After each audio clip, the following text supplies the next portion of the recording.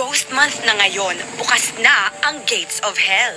Nagsisilabasan na ang mga multo mula sa impyerno at pupunta sa ating lupain. Kaya nagbibisita ko ngayon dito sa mga espiritu sa sementeryo at nag-aalay ng mga regalo, ng offerings. Paniniwala kasi nagutom ang mga espiritu.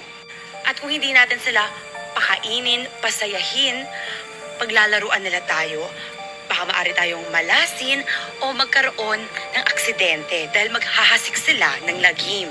Ayon ito sa Chinese tradisyon. Kaya mag-ingat tayo ngayong Ghost Month. I think until September 2 siya. And syempre, up to you kung maniwala kayo. But, just best to be careful. Walang ganon. Walang gate ang hell na nagbubukas in a certain period of time para maglabasan yung mga evil spirits, mga fallen angels, para maghasik ng lagim. Do you believe in God? Guys, question to para sa inyong lahat. Do you believe in God? Good for you, if yes. Because even the demons believe in God. And they tremble. So hindi sapat na naniniwala lang tayo sa Diyos. Kasi kahit ang demonyo, naniniwala na may Diyos.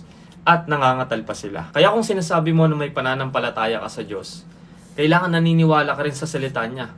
You should also believe in His words, the Bible. Kasi kung naniniwala ka na may Diyos, pero hindi ka naniniwala sa salita niya, sinasabi mo na hindi totoo lahat ng nakasulat sa Bible. Tao lang sumulat niyan. Wala kang pinagkaiba sa demonyo.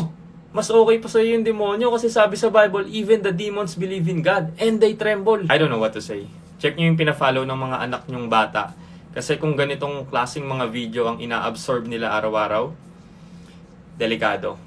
Though may disclaimer naman siya na Chinese belief or Chinese tradition, it's up to you kung maniniwala kayo or hindi. But whether you believe it or not, may mga maniniwala dyan.